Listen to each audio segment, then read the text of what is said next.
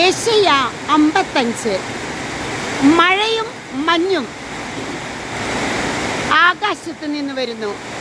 അത് അങ്ങോട്ട് മടങ്ങാതെ ഭൂമിയെ നനച്ച് സസ്യങ്ങൾ മുളപ്പിച്ച് വിതയ്ക്കാൻ വിത്തും ഭക്ഷിക്കാൻ ആഹാരവും നൽകുന്നു. ഇതുപോലെ തന്നെയാണ് ദൈവത്തിൻ്റെ അധരങ്ങളിൽ നിന്ന് വീഴുന്ന ഓരോ വാക്കും. അത് ഉദ്ദേശിച്ച കാര്യം നിറവേറ്റുന്നു, അത് വിജയപ്രദമായി ചെയ്യുന്നു.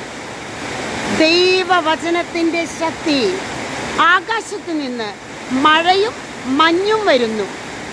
ഏശയ്യ 55:10 മുതലുള്ള തിരുവചനങ്ങൾ ഇന്ന് നമുക്ക് ബലമേകട്ടെ, ശക്തിയേകട്ടെ.